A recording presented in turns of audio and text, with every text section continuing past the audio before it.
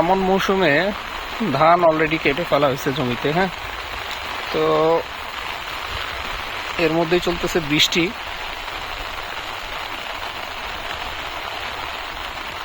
এই জমিটা প্রায় 112 শতাংশ জমি টোটাল।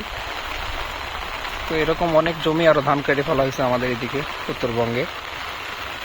তো এখন আল্লাহ পাক ভালো জানেন কি আছে এবার কৃষকের কপালে।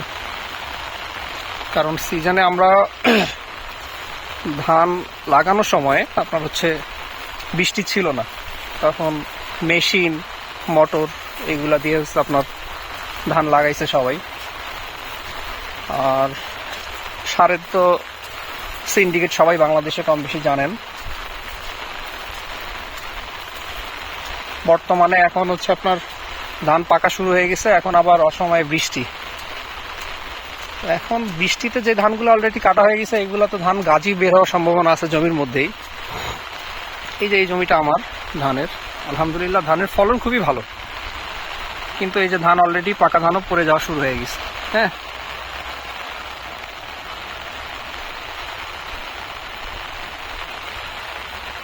আমরা পাশের জমিটা একটু দেখি। হ্যাঁ, অতিরিক্ত বৃষ্টির কারণে এই যে হচ্ছে বর্তমানে অবস্থা, ধান ধীরে ধীরে ধীরে ধীরে হেলে পড়ে যাচ্ছে। কারণ ধান অলরেডি পেকে গেছে আর কি। হ্যাঁ,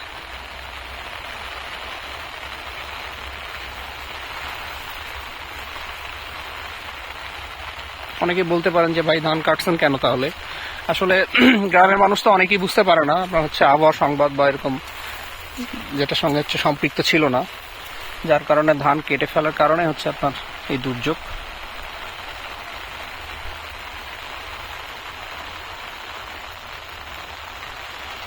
হচ্ছে অবস্থা। তবে ধান যেগুলো দাঁড়ায় আছে আর কি, গাছ অবস্থায় দাঁড়ায় আছে, তবে এভাবে যদি বৃষ্টি পড়তেই থাকে অনবরত, আপনার ধানের গাছ ভারী হয়ে গিয়ে ধান এটাও নিশ্চিত পড়ে যাবে আর কি, যদি একটু বাতাস হয়। আল্লাহ মাফ করুক, কৃষকের কপালে কি আছে এটা বলা মুশকিল। এবার পরবর্তী সিজন এখনো শুরুই হয়নি, আমরা কেবল ধান কাটা শুরু করছি। হ্যাঁ, তার আগেই সিন্ডিকেট শুরু হয়ে গেছে সারের।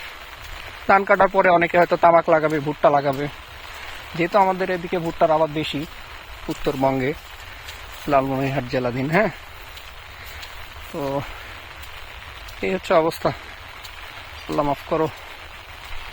ধানের ফলন যদিও ভালো, এবার পোকামাকড়ের সংখ্যাটাও বেশি, শীষ ব্লাস্ট, কারেন্ট পোকা।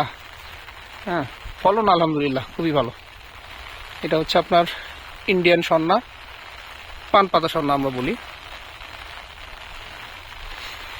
ফলন দিয়ে কি হবে, মূল কথা হচ্ছে আপনার এই যে ধান কাটার পরে বৃষ্টিতে যা অবস্থা। এরকম বৃষ্টি যদি আজকালকের মধ্যে থাকে তাহলে মনে করেন যে আপনার ধান গাজা বের হয়ে যাবে।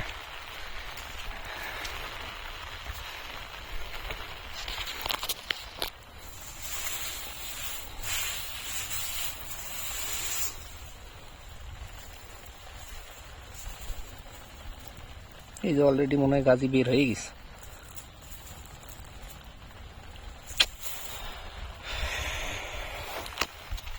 দোয়া করবেন সবাই যাতে কৃষক ভালো থাকে, কৃষক ভালো থাকলে দেশ ভালো থাকবে।